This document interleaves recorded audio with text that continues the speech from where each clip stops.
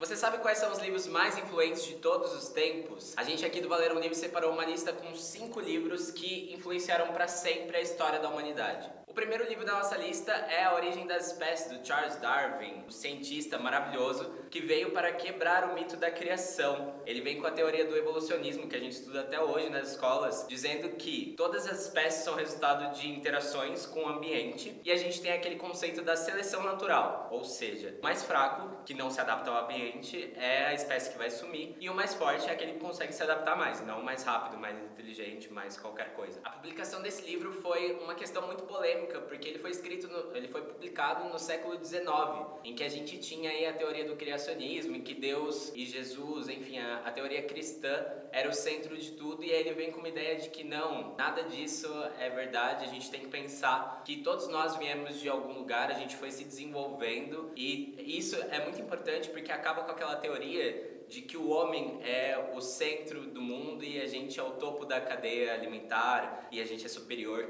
a todos os animais, porque na verdade a gente também é resultado dessas transformações e desse convívio com o ambiente. E aí o nosso segundo livro mais influente, não dá para deixar de citar a Bíblia Sagrada, né? Que é justamente o oposto, é um livro com mais de 2000 anos e que é tão importante que ainda hoje há pessoas, muitas pessoas na verdade, principalmente aqui no Brasil, que pautam todas as suas crenças e todas as suas atitudes segundo a Bíblia, né? É um livro cheio de histórias, com muitos personagens, em que a gente tem a divisão por vários livros de todos os apóstolos, Lucas, Mateus, etc. E em cada um deles a gente tem uma série de ensinamentos que formam os dogmas da igreja. E muito relacionado com a ideia de cristianismo, em que a gente tem o reino dos céus, que seria aquele paraíso, o inferno, a gente tem um livro de um filósofo muito famoso, que provavelmente você conhece, que é Platão, né? Um filósofo grego que discutia muito o mundo das ideias. Ele que escreveu O Mito da Caverna, que se você nunca ouviu falar, é uma história onde existem pessoas que estão presas numa caverna, elas sempre estiveram presas lá,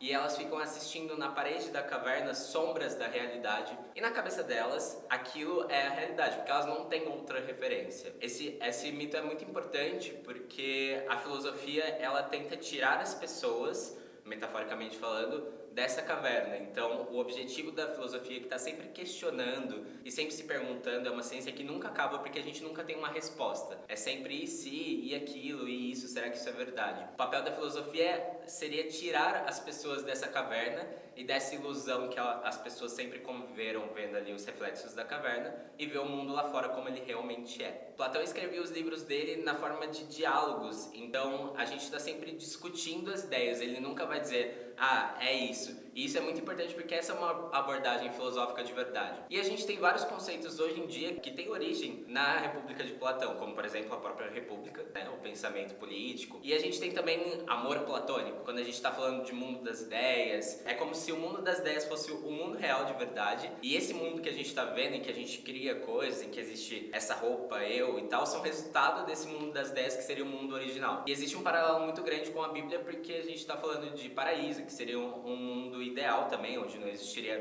pecado, dor, morte, sofrimento, etc.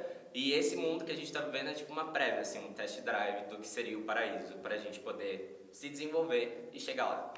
Um livro que influencia a gente até hoje também, e que é bastante importante, é o Manifesto do Partido Comunista, que foi escrito no século XIX pelo Marx e pelo Engels. E assim, gente, independente de qualquer posição política que a gente vá assumir na nossa vida, é muito importante entender que esse livro, ele causa ideias, ele causou revoluções, e ele foi muito importante para a humanidade, para a nossa história, enfim, porque ele vai dizer que a história da humanidade, desde que a gente se organiza como sociedade, como pessoas, como qualquer coisa, a gente sempre teve alguém que está na posição de opressor e de oprimido. Nesse caso, como a gente já estava numa realidade capitalista, de dinheiro, de trabalho, de fábrica, etc., ele fala que a nova versão assim do oprimido e opressor é a burguesia, que são as pessoas que têm os dinheiros lá e têm os meios de produção, etc., tem o capital, e as pessoas que trabalham para essas pessoas, que são o proletariado. A ideia desse livro, além de mostrar que existe essa opressão e que a gente deveria se organizar de alguma maneira, é que os trabalhadores